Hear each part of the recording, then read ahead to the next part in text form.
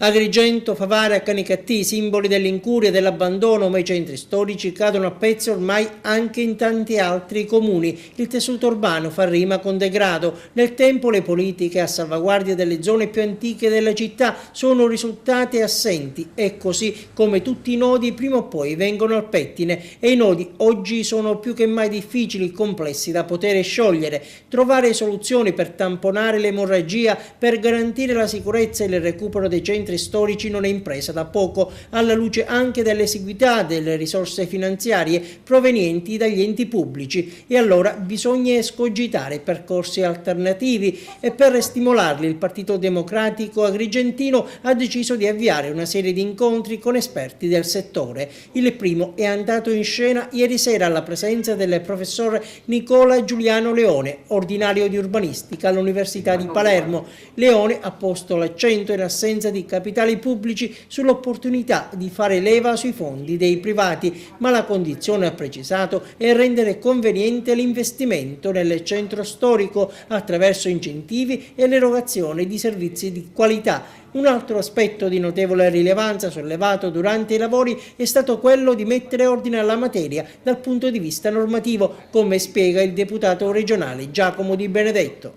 La frammentazione, per esempio, delle proprietà nei centri storici, con proprietari che in alcuni casi non sanno neanche di essere proprietari di un ventesimo o di un cinquantesimo di una costruzione. Allora lì occorre trovare dei meccanismi, approvare delle norme che consentono di superare questo tipo di difficoltà.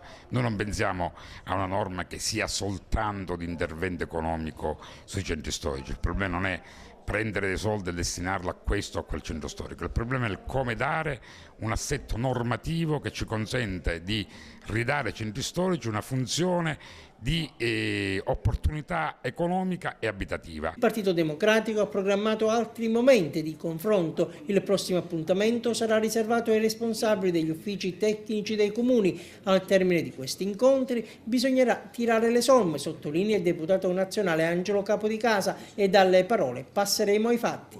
Tentare, se è possibile, di arrivare a dei disegni di legge da proporre in sede nazionale e in sede regionale per affrontare il tema sotto questo angolo visuale.